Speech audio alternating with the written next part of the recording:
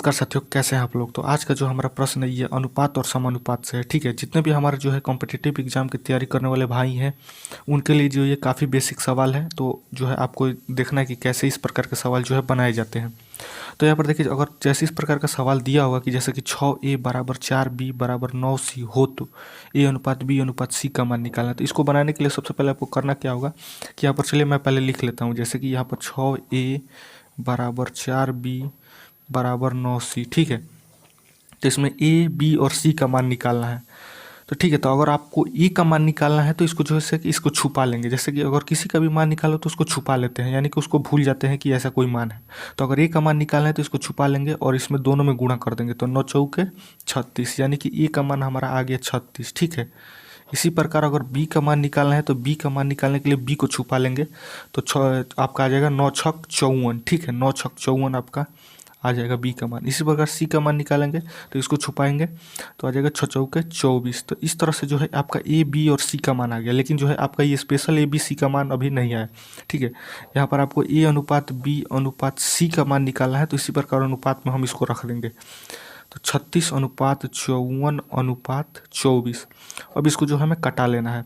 तो सबसे पहले छोटे अंक से कटाएंगे। ठीक है, तो छोटे अंक से कटाएंगे 2 से, तो यानी आपका हो जाएगा 18 का 18, 18 दूना 36 और इसका आप जो है 27 दूना 54। ठीक है, उसके बाद यहाँ हो जाएगा 12 दूना 24। फिर इसको हम 2 से वरना 3 से किसी से भी कटा सकते हैं। 3 से कटाते हैं 36 18। ठीक है, उसके बाद से 29 27। ठीक है, 4 3 12, यानी कि जो है आपका फाइनल आंसर होगा यह आपका 6:9:4। ठीक है, तो इस तरह से जो है आप जितने भी इस तरह के सवाल अनुपात समानुपात के दी जाएंगे तो इसको बना लेना। ठीक है, अगर आपको ऐसा मान दिखे कहीं भी तो आपको इसी तरह से छुपा कर बनाना होगा। ठीक है, इसी प्रकार आप A अनुपात B अनुपात C का मान निकाल पाएंगे।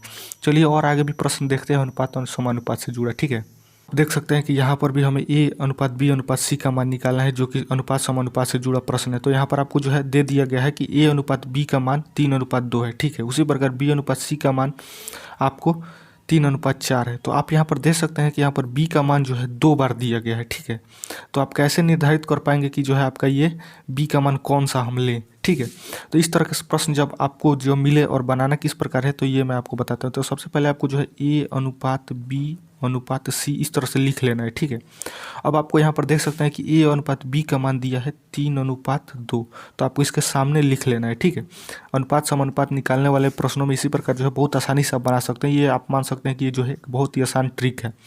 अब यहाँ पर जो है A अनुपात B का अनुपात लिख दिया, उसके नीचे अब यहाँ पर दिया B अनुपात C का मान दिया है 3:4। तो यहाँ पर नहीं लिखना है सामने, यहाँ नीचे लिखना है 3:4।